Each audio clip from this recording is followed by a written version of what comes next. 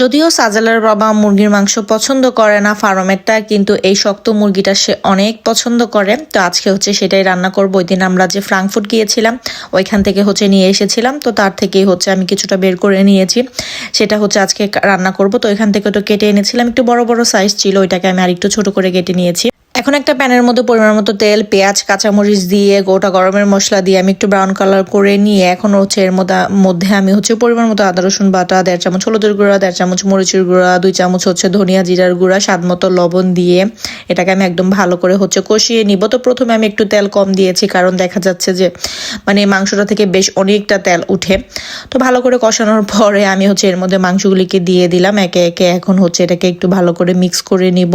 আর এই মুরগিটা খেতে না একদমই আমাদের বাংলাদেশের আমরা যে পাকিস্তানি যে মুরগিগুলি খাই না, বড় সাইজের কক মুরগি বলে, ঠিক সেরকমই একটা স্বাদ আসে, কিন্তু এটা সাইজে ছোট। বাংলাদেশের গুলি তো বেশ ওয়েট বেশি হয়, 4-5 কেজি বা তারও বেশি হয়, কিন্তু এগুলি 1.5 কেজির বেশি হয় না, কিন্তু ফ্লেভার টেস্ট ওয়াইজ প্রায় সিমিলার।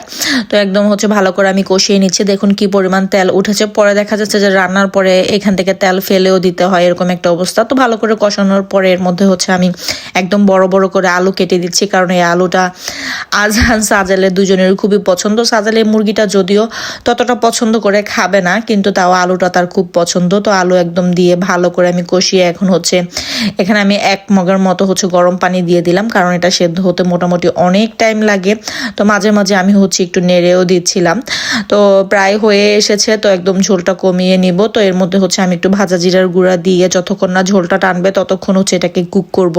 তো কে কে এই মুরগিটা খেতে পছন্দ করেন অবশ্যই আমাকে জানাবেন। আর আমার মতো করে কে কে রান্না করেন, রান্না না করলে এভাবে রান্না করে দেখতে পারেন। গরম ভাত, রুটি কিংবা খিচুড়ির সাথে খেতে কিন্তু বেশ ভালো হয়।